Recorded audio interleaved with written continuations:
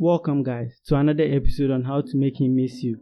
Without wasting much time, let's dive right in. I'm gonna tell you 3 tricks on how to make him miss you. Number 1, give him some space. Don't try to talk to him 24/7 because that's gonna make you seem desperate and like you need his attention. Give him time to actually miss you. Number 2, don't constantly post on social media. Obviously it's fine to post every so often, but not all the time because then he's always gonna know what you're doing. Keep him wondering a little bit. And number 3, be able to end the conversations first. Don't let the conversation drag on longer than it has to, and don't let him be the one to always end it.